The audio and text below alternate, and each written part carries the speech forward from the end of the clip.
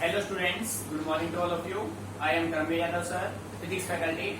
Dear student, in our previous lecture we discussed about radius of an orbit of an electron and velocity of an orbiting electron. So dear student, in our today lecture we discuss about our next topic, total energy of an orbiting electron. ठीक है? So बेटे heading बना लीजिए, काफी important topic है, CPSC में 2 times repeat भी हो चुका है. ठीक है? टॉपिक है आपका total energy of an orbiting electron. देखो बेटे हेडिंग अच्छे से बना लीजिए. टॉपिक अपना है total energy of an orbiting electron. बेटे जैसा कि आप सभी जानते हैं, जो इलेक्ट्रॉन है वो न्यूक्लियस के चारों ओर रिवोल्यूशन करता है. ठीक है? और न्यूक्लियस के इनसाइड में प्रेजेंस होता है प्रोटॉन और न्यूट्रॉन का. ठीक है? तो देखिए, सो बेटे हम मान लेते हैं, कंडीशन बना लेते हैं. Let us consider let an electron of mass m is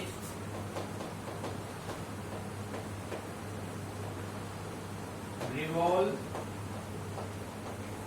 around the nucleus. Revolve around the nucleus with speed v,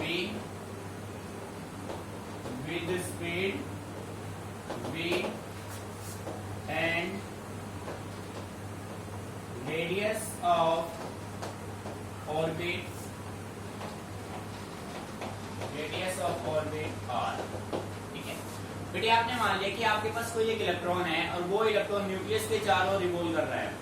उस इलेक्ट्रॉन का मास m है और इलेक्ट्रॉन v स्पीड से न्यूक्लियस के चारों रिवोल्यूशन करेगा. तो उस रिवोल्यूशन से जो ऑर्बिट बनेगा, उस ऑर्बिट का जो रेडियस होगा बेटे वो क्या होगा? r होगा. तो आप ये कंडीशन मेंटेन कर सकते हैं.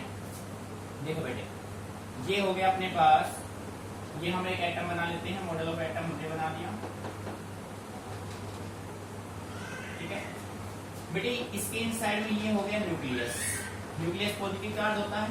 ठीक है, दिस इज न्यूक्लियस. और इसके चारों ओर ये हो गया रेडियस ऑफ ऑर्बिट. और यहाँ पे अपने पास है एक इलेक्ट्रॉन. और बेटे इस इलेक्ट्रॉन का मास कितना है? m. और ये इलेक्ट्रॉन किस स्पीड से रिवॉल्व कर रहा है? v से. ऐसे चल रहा है. मेरी बात समझ आ रही है? And this is the radius of orbit. Clear? Nucleus के चारों रिवोल्यूशन कर रहा है एक इलेक्ट्रॉन. उस इलेक्ट्रॉन का मास m है, v स्पीड से रिवोल्यूशन कर रहा है एंटी क्लॉकवाइज डायरेक्शन में. r is the radius of orbit. अब बेटे आपको अच्छे से क्लियर है, रेडियस में हम पहले ही आपको बता चुके हैं. किसी भी इलेक्ट्रॉन को, इलेक्ट्रॉन नेगेटिवली चार्ज है, न्यूक्लियस पॉजिटिवली चार्ज है. ठीक है, तो आप ये कर सकते हो यहाँ पे Ze.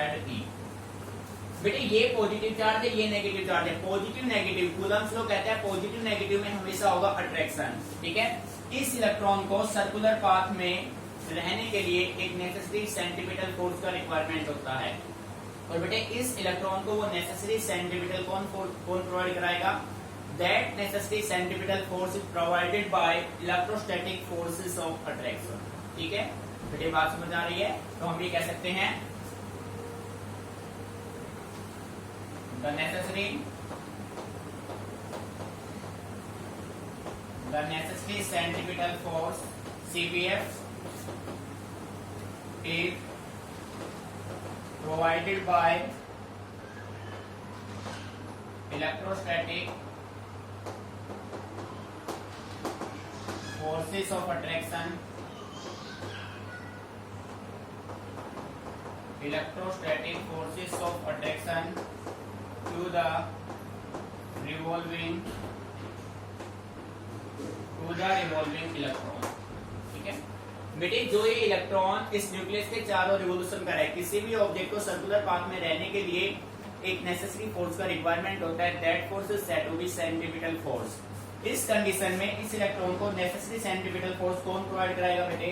Electrostatic forces of attraction. बात समझ आ रही है? ये कंडीशन आप मेंटेन कर देंगे. ठीक है, सो बेटे हम कह सकते हैं necessary centripetal force is equal to electrostatic force. Electrostatic force बेटे जैसा कि आप सभी जानते हैं सेंट्रीपिटल फोर्स अपना होता है mv² by r and electrostatic अपना होता है 1/4πε0 Q1 की वैल्यू अपने पास क्या है Ze एंड इनटू में क्या है E। बेटे बात समझ में आ रही है? इलेक्ट्रॉन का चार्ज क्या हो गया E हो गया 1/4πε0 Ze अपॉन में क्या हो जाएगा बेटे R स्क्वायर। ठीक है, अब यहाँ से देखो एक R से एक R कैंसिल होगा तो अपने पास mv स्क्वायर की वैल्यू आ जाएगी बेटे पूरा फोकस बोर्ड पे 1/4πε0 Z स्क्वायर अपॉन R। ठीक है बेटे, ये अपना हो गया इक्वेशन फर्स्ट जिसका हम फर्दर यूज करेंगे। बात समझ आ रही है बेटे? यहाँ तक तो कॉमन आप वेलोसिटी में भी कर चुके हैं, रेडियस में भी कर चुके हैं, यहाँ तक तो ये अपना कॉमन रहना हर एक केस में। ठीक है, अब देखो हमें फाइंड आउट क्या करना है टोटल एनर्जी। बेटे टोटल एनर्जी अपना होता है kinetic energy plus potential energy. तो हमें सबसे पहले क्या चाहिए, हमें सबसे पहले फाइंड आउट करना है काइनेटिक एनर्जी, फिर हम फाइंड आउट करेंगे पोटेंशियल एनर्जी और फिर दोनों का सम क्या देगा आपको टोटल एनर्जी। ठीक है, तो देखो as we know that kinetic energy बेटे किसके बराबर होता है हाफ एम वी स्क्वायर। ठीक है बेटे, काइनेटिक एनर्जी आपका होता है हाफ एम वी स्क्वायर। अब एम वी स्क्वायर की वैल्यू आपके पास यहाँ पे इक्वेशन 1 में गिवन है, put the value of m square from equation first. देखो बेटे ध्यान दीजिए पूरा, हमने क्या किया काइनेटिक एनर्जी आपका होता है हाफ एम वी स्क्वायर। बेटे आपने एम वी स्क्वायर की वैल्यू इक्वेशन फर्स्ट से पुट की तो यहाँ से काइनेटिक एनर्जी आपका हो जाएगा half as it is into 1/4πε0 Z square divided by R। बेटे आ रहा है मीनिंग समझ में? काइनेटिक एनर्जी आपके पास आ गई। ठीक है, एंड पोटेंशियल एनर्जी यहाँ पे हम नोट कर लेते हैं, पोटेंशियल एनर्जी U।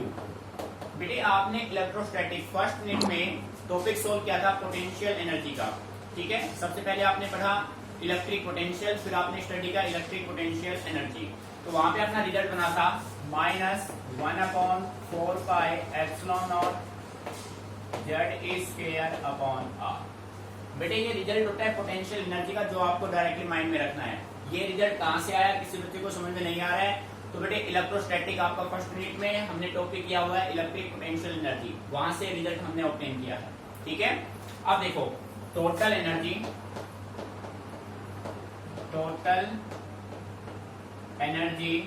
बेटे टोटल एनर्जी अपना E होगा तो बेटे E किसके बराबर होगा kinetic energy plus potential energy. ठीक है, so we can say write E is equal to बेटे काइनेटिक की वैल्यू यहां से ले आओ, आप इसको कुछ कैंसिल मत करना, एज इट इज रखो 1/2 into 1/4πε0 Z square divided by R। ठीक है, माइनस बेटे माइनस क्यों है क्योंकि प्लस माइनस क्या हो जाएगा -1/4πε0 Z square divided by R। बेटे ध्यान दीजिए काइनेटिक एनर्जी की वैल्यू आपने यहां से पुट की, पोटेंशियल एनर्जी की वैल्यू आपने यहां से पुट की, प्लस माइनस क्या हो जाएगा माइनस। अब आप देखो बेटे आपके सारे डाटा सेम हैं, सारे डाटा सेम है, पर इसकी वैल्यू क्या है 1 और इसकी वैल्यू क्या है 1/2। माइनस का 1 है और प्लस का हाफ है तो बेटे -1 में से प्लस का हाफ जाएगा तो माइनस का हाफ बचेगा। बिल्कुल क्लियर है ना? तो आप कह सकते हैं E is equal to -1/2 into 1/4πε0 Z square divided by बेटे क्या होगा R। बेटे सभी को ये बात समझ में आ रही है ना? किसी बच्चे को कोई प्रॉब्लम? ठीक है बेटे, ये था माइनस का 1, माइनस के 1 में से प्लस का हाफ जाएगा तो माइनस का हाफ बचेगा ना। ठीक है, अब देखो बेटे but we know that but R is equal to बेटे radius of orbit of an electron आप पहले ही कैलकुलेट कर चुके हैं तो वहां से आप ये वैल्यू पुट करेंगे। इसकी वैल्यू अपने पास क्या थी ε0 square h square n square upon πm ZE square. बेटे अब ये रिजल्ट किसी बच्चे को रिमेम्बर नहीं है तो वो फिर भाई अपना डेराइव करके देखेगा। तो इसी वजह से मैंने कहा था बेटे जो भी फाइनल रिजल्ट बनता है उनको आप माइंड में रखिए, नेक्स्ट डेरिवेशन में हम इनका यूज करेंगे। बेटे जब आपने radius of orbit of an electron find out किया था वहां से रेडियस का आंसर आया था ε0 square h square n square upon πm ZE square. ठीक है बेटे, इस वैल्यू को आप यहाँ पे पुट कीजिए तो रिजल्ट अपना बनेगा E is equal to minus 1/2 1/4 pi epsilon naught Z e square divided by r. बेटे आर की मैं वैल्यू पुट करूंगा तो ये pi m Z e square multiply में चला जाएगा और नीचे अपने पास क्या आएगा एप्सिलॉन नॉट स्क्वायर।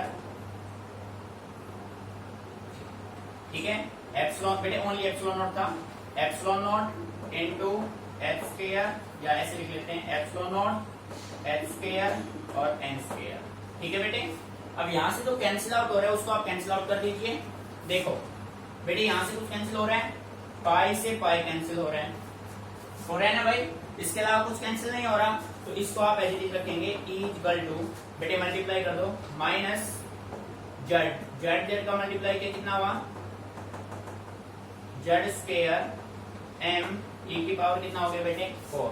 देखो भाई जेड को जेड से मल्टीप्लाई किया Z square M as it is E की पावर 2 ई की पावर 2 ई की पावर कितना हो गया 4 डिवाइड कर दीजिए, इसको मल्टीप्लाई किया 4 to 8 epsilon naught square h square और बेटे एन स्क्वायर। यहाँ तक बात समझ में आ रही है? किसी बच्चे को यहाँ तक कोई प्रॉब्लम? मीनिंग अच्छे से क्लियर? ठीक है बेटे, ये अपने पास ई यहाँ तक आ चुका है। अब देखो बेटे अब मैं कह देता हूँ यहाँ पे listen carefully, but Rydberg constant बेटे होता है Rydberg constant R। Rydberg constant R की वैल्यू की अगर हम बात करें, ये यहाँ पे एप्सिलॉन नॉट का स्क्वायर है, पहले एक बार आप यहाँ तक नोट कर लीजिए फिर आगे इसको सोल्व करते हैं। ठीक है, एक एक पॉइंट को समझना है आपको।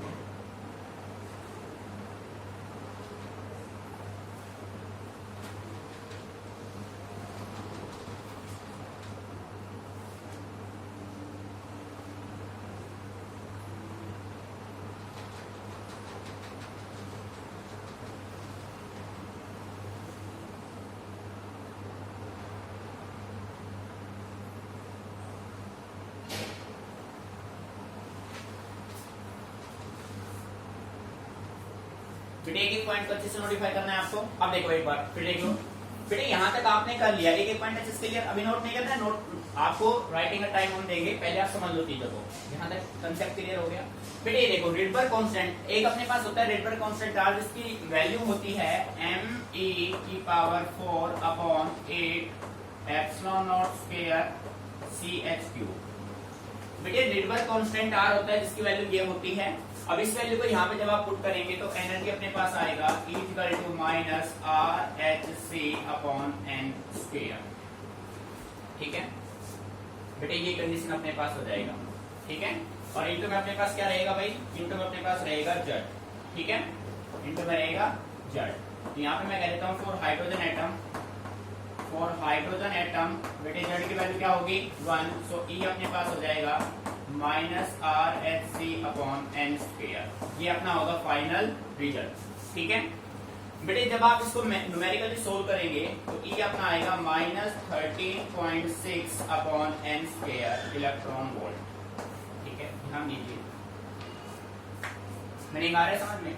बेटे आपने यहाँ पे वैल्यू पुट की, ई अपना आ गया माइनस का 13.6 upon n square electron volt. ठीक है बेटे, यहाँ पे कई बार एक क्वेश्चन पूछ लिया जाता है, what is the significance of this negative sign. बेटे नेगेटिव साइन इस बात को रिप्रेजेंट करता है कि जो अपना इलेक्ट्रॉन है वो न्यूक्लियस के साथ क्या है, बाउंडेड है। तो मैं यहाँ पे रिप्रेजेंट कर देता हूँ, इंपोर्टेंट फैक्ट है here negative sign shows that electron is bounded with nucleus। बेटे आपसे पूछ लिया जाए what is the significance of negative sign, जो नेगेटिव साइन आप यूज कर रहे हैं। बेटे नेगेटिव साइन इस बात को रिप्रेजेंट करता है कि ये जो इलेक्ट्रॉन है रिवॉल्विंग इलेक्ट्रॉन बाउंडेड है किसके साथ, न्यूक्लियस के साथ। ठीक है, सो प्यारे बच्चों ये आपका होगा फाइनल रिजल्ट। इसके बेस पर न्यूमेरिकल हम सोल्व कर लेंगे। -13.6 upon m square electron volt. ठीक है, आप देखो प्यारे बच्चे को फिर समझना है ध्यान से पूरा, उसके बाद आपको कॉपी करना है। ठीक है, देखो भाई हमें फाइंड आउट करना था total energy of an orbiting electron. तो बेटे इसके लिए हमने क्या किया, हमने मान लिया कि हमारे पास कोई एक इलेक्ट्रॉन है जो न्यूक्लियस के चारों रिवॉल्व कर रहा है स्पीड v से, जिसका मास m है and r is the radius of orbit. ठीक है बेटे, अब देखो भाई किसी भी इलेक्ट्रॉन को सर्कुलर पाथ में रहने के लिए एक नेसेसरी सेंटीपिटल फोर्स का रिक्वायरमेंट होगा। बेटे इस इलेक्ट्रॉन को वो नेसेसरी सेंटीपिटल फोर्स कौन प्रोवाइड कराएगा, पॉजिटिव चार्ज नेगेटिव चार्ज, तो दोनों के बीच में जो फोर्स ऑफ अट्रैक्शन होगा that is electrostatic force of attraction. So आप ये कह सकते हैं कि इस इलेक्ट्रॉन को CPF कौन प्रोवाइड कराएगा, इलेक्ट्रोस्टैटिक फोर्सेस ऑफ अट्रैक्शन। तो बेटे आपने कहा CPF equal to electrostatic force. ठीक है बेटे, जैसा कि आप जानते हैं CPF अपना होता है mv²/r और इलेक्ट्रोस्टैटिक फोर्स अपना होता है 1/4πε0 ZE/r²। एक r से एक r कैंसिल हुआ, mv² अपने पास ये आ गया। हमें फाइंड आउट करना है टोटल एनर्जी। बेटे टोटल एनर्जी का मीनिंग होता है kinetic energy plus potential energy. So kinetic energy का फॉर्मूला आपका होता है हाफ mv²। ठीक है भाई, तो बेटे आपने इक्वेशन फर्स्ट से mv² की वैल्यू पुट की तो आपका रिजल्ट ये बन गया, काइनेटिक एनर्जी आ गया। अब बेटे जैसा कि आप सभी जानते हैं पोटेंशियल एनर्जी अपना होता है -1/4πε0 Z²/r। अब कोई बच्चा कहे सर ये रिजल्ट कहां से आया, तो बेटे मैं आपसे ये कहूंगा इलेक्ट्रोस्टैटिक में आपका टॉपिक था इलेक्ट्रिक पोटेंशियल, उसमें हमने टॉपिक स्टडी किया था इलेक्ट्रिक पोटेंशियल एनर्जी। ये रिजल्ट वहां से आया है, वहां पे रिजल्ट था electric potential energy U equal to -Q1Q2 upon 4πε0r। ठीक है प्यारे बच्चों, आपके पास काइनेटिक पोटेंशियल एनर्जी दोनों के रिजल्ट्स आ गए। अब टोटल एनर्जी अपना होगा काइनेटिक प्लस पोटेंशियल। बेटे दोनों की आपने वैल्यू पुट की, ये नेगेटिव साइन क्यों आया, बेटे प्लस माइनस क्या हो जाएगा माइनस। ठीक है, अब आपने देखा कि भाई प्लस का तो हाफ है और माइनस का 1 है, तो बेटे माइनस के 1 में से प्लस का हाफ जाएगा तो माइनस का हाफ बचेगा। जहां तक आपने प्रॉब्लम सोल्व की। ठीक है, फिर आपने देखा the radius of orbit of an electron, जो कि आप ऑलरेडी कैलकुलेट कर चुके हैं, उसका रिजल्ट होता है ε0 h² n² अपॉन πmz²। ठीक है बेटे, इस वैल्यू को इस इक्वेशन में आपने पुट किया, पुट करने के बाद आपका रिजल्ट ये बन गया। ठीक है, यहां से प्रॉब्लम सोल्व करने के बाद बेटे फिर आपने देखा एक अपने पास कांस्टेंट होता है जिसका नाम है रिडबर्ग कांस्टेंट, जिसकी न्यूमेरिकल वैल्यू होती है, जिसका थ्योरेटिकल वैल्यू होता है mv4/8ε0ch³। जब बेटे आपने इस वैल्यू को यहाँ पे पुट किया तो अपना रिजल्ट बना -RH/z/n²। हाइड्रोजन एटम के लिए z की वैल्यू 1 हो जाएगी तो बेटे E अपना होगा -RH/n²। बेटे बात समझ आ रही है।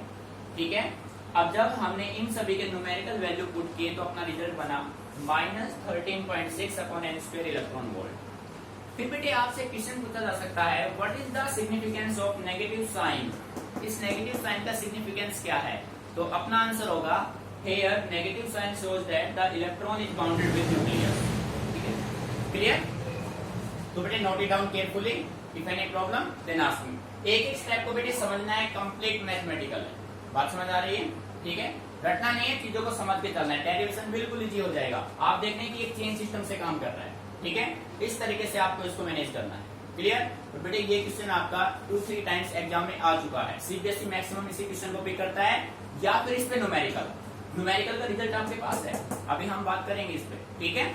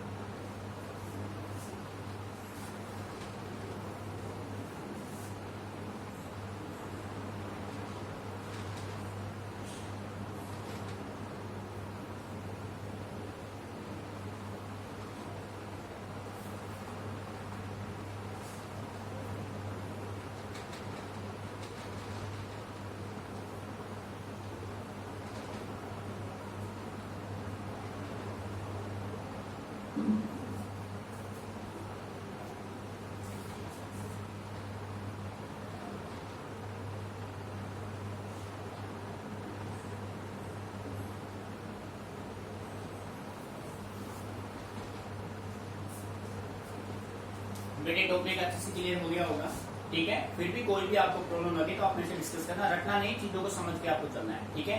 बेटे अब इसी रिजल्ट के लिए चेन सिस्टम से काम करें। सबसे पहले हमने फाइंड आउट किया रेडियस, रेडियस से निकाला वेलोसिटी, फिर हमने फाइंड आउट किया टोटल एनर्जी, और बेटे अब हम फाइंड आउट करेंगे फ्रीक्वेंसी ऑफ एमिटेड रेडिएशन, जो कि इसी रिजल्ट पे काम करेगा। इसी से आप इसको सोल्व करेंगे, ठीक है। तो बेटे नेक्स्ट हेडिंग आप बना लीजिए, हेडिंग बना लो, उसके बाद पेन बिल्कुल स्टॉप रहे, कंप्लीट फोकस अंडरस्टैंडिंग पे करना है, ठीक है। देखो बेटे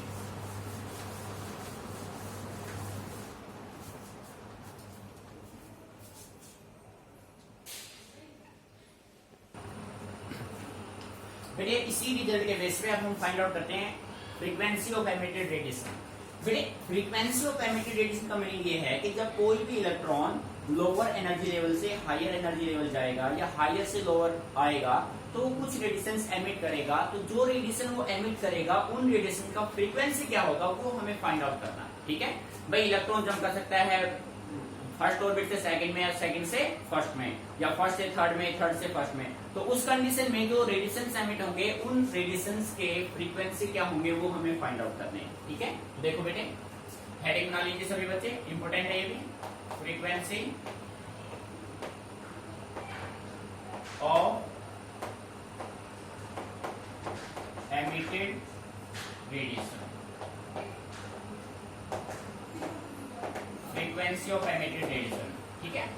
बड़ी मीनिंग समझ में आ रहा है। तो इसके लिए देखो हम मान लेते हैं, let us consider let N I, बेटे एन आई रिप्रेजेंट करता है क्वांटम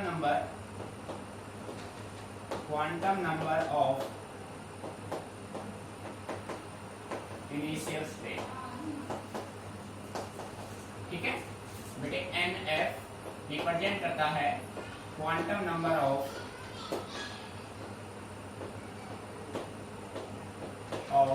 फाइनल स्टेट, ठीक है। मीनिंग समझ में आ रहा है बेटे। ऐसे ही हम कह सकते हैं E I energy of electron in hydrogen atom in initial state, ठीक है बेटे। ऐसे ही आप कह सकते हैं E F energy of electron in hydrogen atom in final state. बेटे मीनिंग आ रहा है समझ में? ये सब आपने नोट किया, Ni हो गया, Nf हो गया, Ei हो गया, Ef हो गया।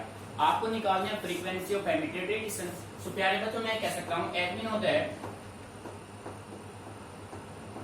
know that बेटे एनर्जी का फॉर्मूला भी आपने फाइंड आउट किया, क्या बना -RHc/n², ठीक है। सो EI बेटे किसके बराबर हो जाएगा, EI की वैल्यू पुट करो भाई, EI -RHc/ni², यही होगा बेटे। And E final is equal to -RHc/nf²।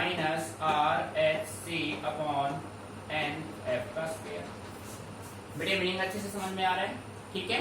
हमें निकालना है frequency, so we can say that then frequency of emitted radiations, बेटे तो फ्रीक्वेंसी ऑफ एमिटेड रेडिएशन होगा, न्यू अपना किसके बराबर होगा, EI -EF divided by H। अब कोई बच्चा ये कहे सर ये फॉर्मूला कहां से बना, तो मैं आपको बेटे नोट करा देता हूं। आपको पता है energy of a photon is equal to H nu. बेटे एनर्जी किसके बराबर था, H न्यू, तो न्यू किसके बराबर, न्यू फ्रीक्वेंसी, तो बेटे न्यू क्या हो जाएगा E/H, और E की वैल्यू क्या है, E इनिशियल माइनस E फाइनल/H। यहाँ पे अब इसकी वैल्यू पुट कर दो आप, देखो इसको मैं रख रहा हूं बेटे, कंप्लीट फोकस कीजिए, ठीक है। तो बेटे फ्रीक्वेंसी यहां से क्या होगा, frequency is equal to E initial, initial की वैल्यू क्या बेटे -RHc/ni², -RHc/ni², ठीक है बेटे। साइन क्या आएगा, माइनस, और डिवाइड में कंप्लीट कैसे भी लेना है, EF की वैल्यू लो, EF बेटे माइनस माइनस क्या हो जाएगा, प्लस RHc/nf एन एफ का स्क्वायर। और बेटे कंप्लीट के डिवाइड में क्या है, एच। कंप्लीट के डिवाइड में क्या है, एच। बात समझ आ रही है? तो बेटे यहां से मैं ऐसा कर सकता हूं, frequency nu is equal to, यहां से आपने एच कॉमन लिया, एच से क्या हो गया, कैंसिल। फिर आपने यहां से कॉमन लिया आर सी, ठीक है, आर सी कॉमन लिया तो अपने पास रिजल्ट क्या बचा, माइनस का लिखो, माइनस का आर सी, ध्यान देना बेटा अच्छे से, माइनस का R C upon N I square plus का R C upon N F square. तो डियर स्टूडेंट आप कह सकते हैं nu is equal to R C common ले लो 1 अपॉन एन एफ का square minus 1 upon N I का स्क्वायर। बेटे this is frequency of emitted radiation. ये फॉर्मूला इंपॉर्टेंट है, आप इसको यूज में लेंगे। बात समझ आ रही है? ठीक है, इसको यहाँ पे नोट कर लो, फिर इसके बाद फाइंड आउट करेंगे हम वेव नंबर जो इससे रिलेट करेगा। ठीक है, कोई भी स्टेप समझ में नहीं आए तो आप डिस्कस करो, रटना नहीं, चीजों को समझना है। ठीक है,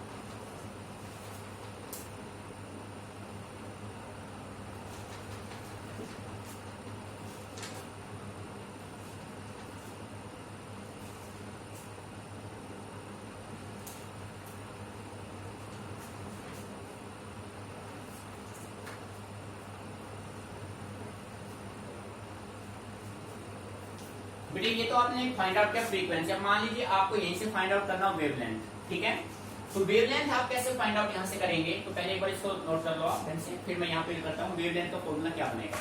ठीक है बेटे, ये साइड कॉपी हो गया होगा ना, अब पूरा फोकस करें, एक बार स्टॉप कर दे पेन को। देखो अब यहीं पे मैं निकाल लेता हूँ वेवलेंथ, देखो ध्यान से, वेवलेंथ ऑफ एमिटेड इलेक्ट्रॉन यहीं पे मैं फाइंड आउट कर देता हूँ, तो न्यूमेरिकल में आप यूज करेंगे wavelength of an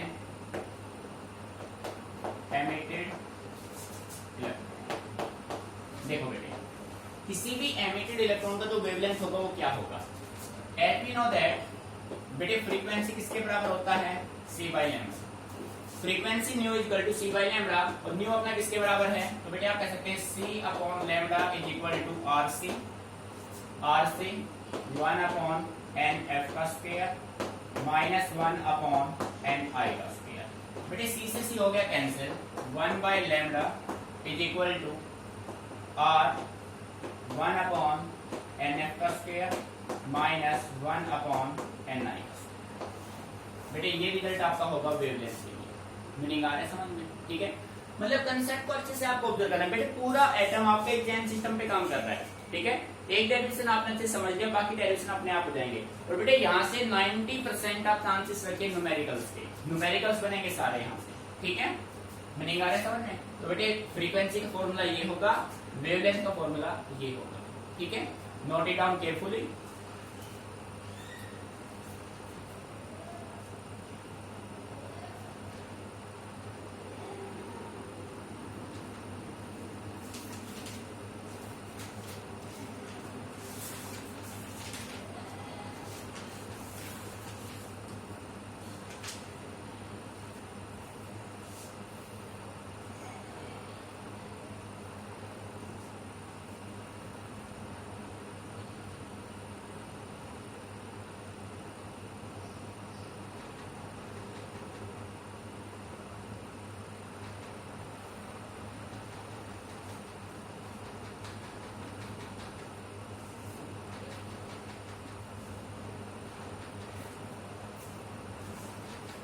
बेटे देखो दोनों कॉपी हो गए। अब नेक्स्ट टॉपिक हम सोल्व करते हैं एनर्जी के बेस पे ही। बेटे हेडिंग आप बना लीजिए, हेडिंग आपका बनेगा energy level of hydrogen atom. ठीक है बेटे, इंपॉर्टेंट है, इन सभी पे न्यूमेरिकल्स आपके बनेंगे। ठीक है, तो देखिए as we know that energy equal to minus 13.6 upon n square electron volt. बेटे फॉर्मूला है ना जनरल। अब मान लीजिए कि आप फर्स्ट ऑर्बिट में हैं, फर्स्ट ऑर्बिट में n की वैल्यू 1, सेकंड ऑर्बिट में n की वैल्यू 2, थर्ड ऑर्बिट में n की वैल्यू 3, ये कंडीशन मेंटेन करेंगे। तो यहाँ पे मैंने लिखा for point number 1 n is equal to 1। बेटे जब n की वैल्यू 1 है तो एनर्जी क्या होगा, minus 13.6 upon n square is equal to minus 13.6 upon 1 का स्क्वायर। तो बेटे माइनस 13.6 इलेक्ट्रॉन वोल्ट आपका आंसर होगा। ठीक है, ये देखो ध्यान से, मीनिंग आ रहा है ना समझ में। बेटे सिमिलर कंडीशन आप मान लीजिए for n is equal to 2, जब n की वैल्यू 2 होगा तो माइनस 13.6 अपॉन 2 का स्क्वायर आप करेंगे, तो ये होगा माइनस का 13.6 अपॉन 4। बेटे जब आप इसको सोल्व करेंगे तो ये अपने पास आएगा minus 3.4 electron volt. For n is equal to 3, e is equal to minus 13.6 upon 3 का स्क्वायर बेटे is equal to minus 13.6 upon 9, तो बेटे माइनस का 1.51 इलेक्ट्रॉन वोल्ट। ठीक है, तो ऐसे आप करते जाएंगे। फिर बेटे n की वैल्यू 4 ले लो, एनर्जी अपने पास क्या होगा, माइनस 13.6 अपॉन 4 का स्क्वायर माइनस 13.6 अपॉन 16, तो बेटे माइनस का 0.85 इलेक्ट्रॉन वोल्ट। तो इस तरीके से आप एनर्जी को मेंटेन कर सकते हैं। किस ऑर्बिट में एनर्जी क्या होगा वो आप इस फॉर्मूले से फाइंड आउट कर सकते हैं, ये आपका जनरल फॉर्मूला है। और बेटे कोई बच्चा ये कहे सर नेगेटिव साइन, बेटे नेगेटिव साइन रिप्रेजेंट करता है bound state of electron with nucleus. ठीक है, मीनिंग समझ में आ रहा है। तो इस तरीके से आप एनर्जी लेवल डायग्राम यहां से ड्रॉ कर सकते हैं। ठीक है,